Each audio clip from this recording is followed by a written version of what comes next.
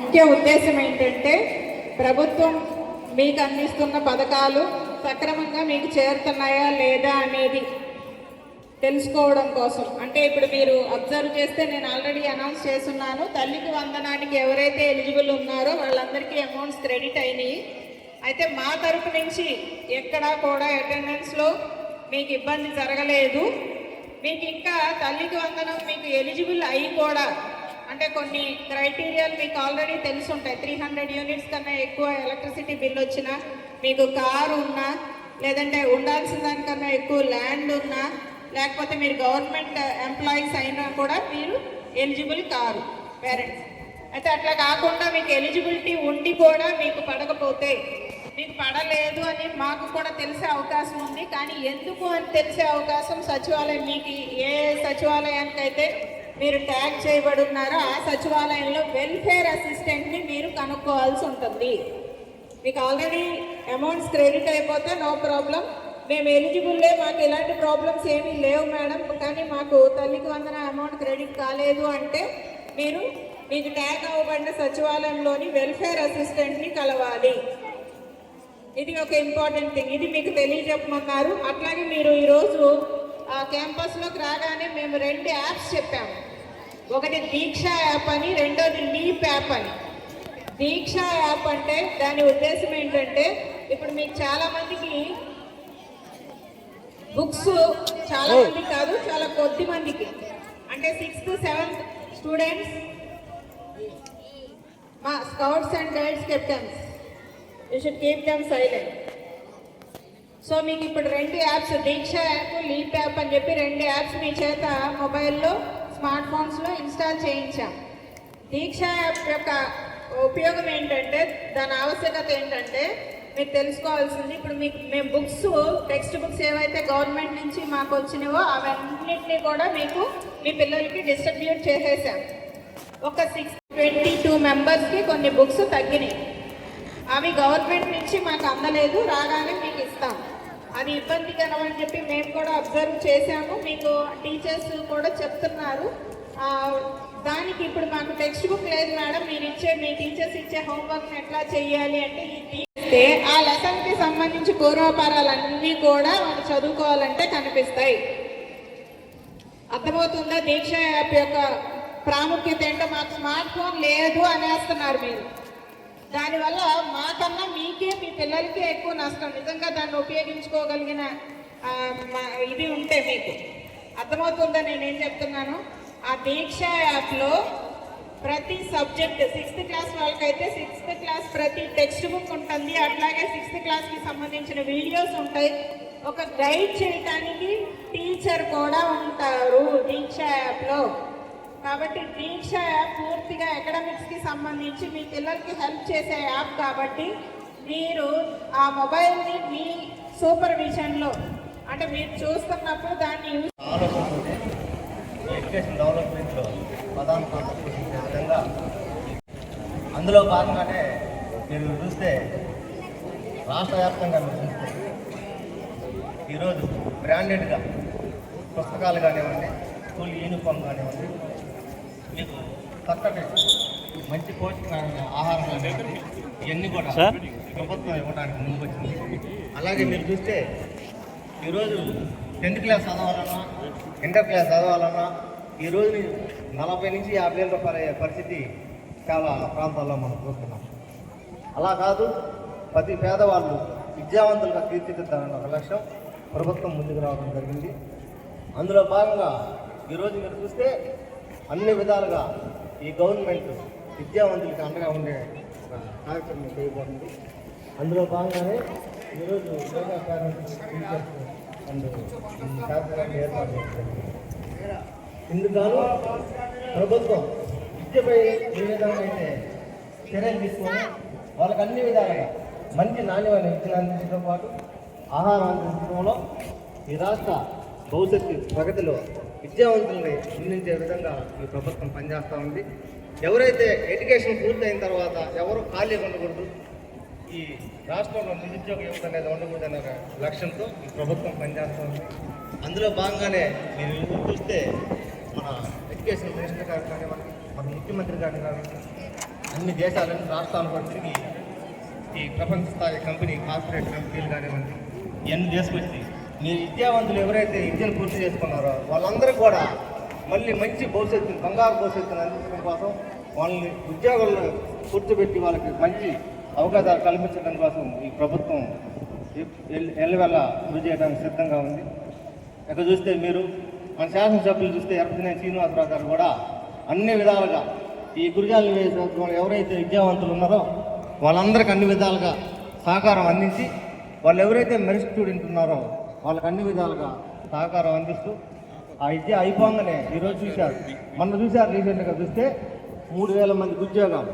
అంటే నిరుద్యోగం అనేది నియోజకవర్గంలో ఉండడానికి లేదా ఒక లక్ష్యంతో పనిచేసే వ్యక్తి మన శాసనసభ్యులు ఎర్రదినేని శ్రీనివాసరావు గారు. ఆ రకంగా మీరు చూస్తే 3,000 మందికి ఉద్యోగాలు ఇప్పించే కార్యక్రమం ద్వారా మొన్న జరిగింది.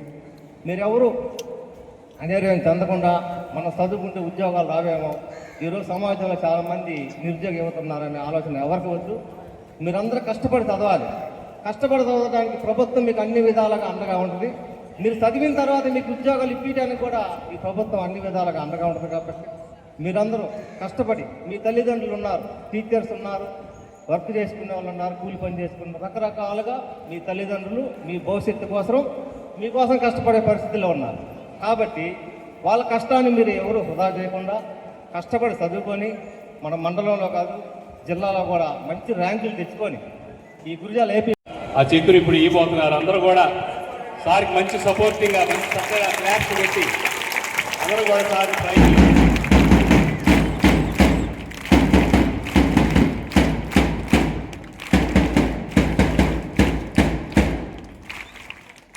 Thank you sir. Thank you Nageswararao గారు. తల్లిదండ్రులకు, ఉపాధ్యాయులకు, ఇక్కడ ఇచ్చేసిన ప్రిన్సిపల్ మేడం గారికి, చైర్మన్ గారికి అందరికీ ధన్యవాదాలు. రాష్ట్ర వ్యాప్తంగా ఈరోజు మన ముఖ్యమంత్రి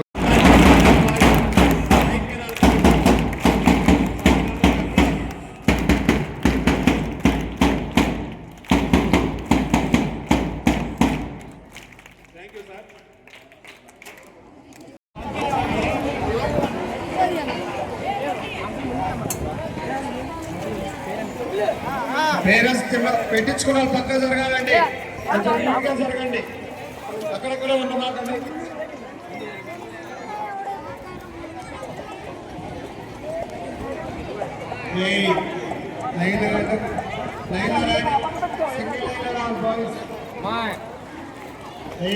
నింపుకోమాకండి.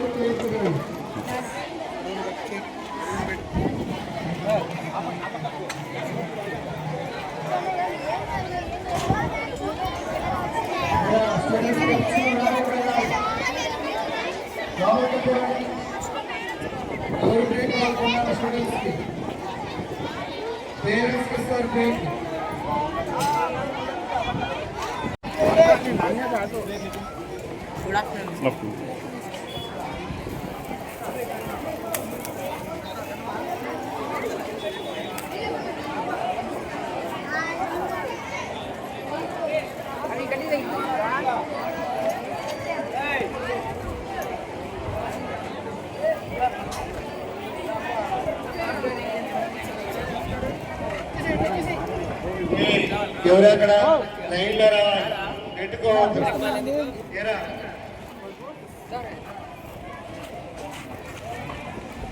లోపలికి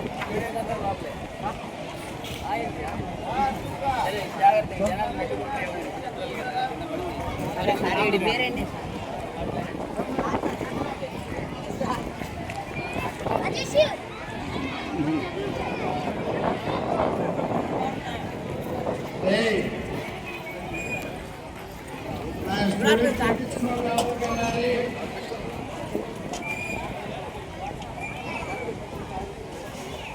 అరే ఆ బాబులో కూర్చున్న ఎవరు స్టూడెంట్స్ లోపలికి వెళ్ళమని చెప్పారా? కానీ లోపలికి చూడండి.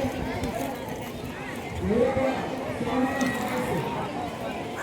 ఎయిత్ క్లాస్ స్టూడెంట్స్ కూడా వచ్చారు వచ్చారు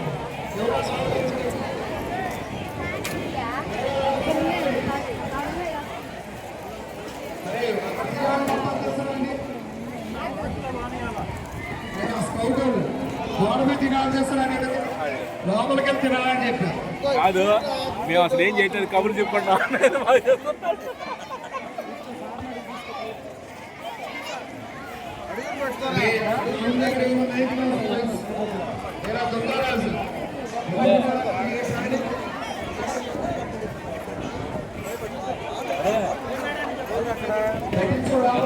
మా గురువు గారిని సరే సార్ మా గురువు గారిని చేస్తాం. ఆయన మొత్తం క్రీమ్తో సహా అంతా కనపడాలి.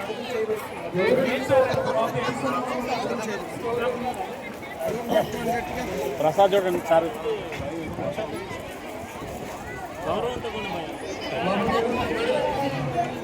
ప్రసాద్ సార్ పిలిచి మళ్ళీ తీసుకున్నాడు.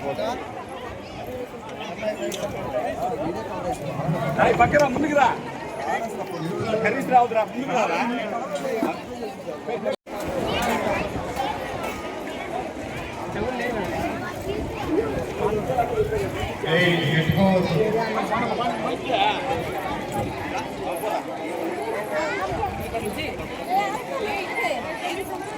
ఇంకా ఎవరు చెట్ల కింద ఫోటో దిగేది ఏమ్మా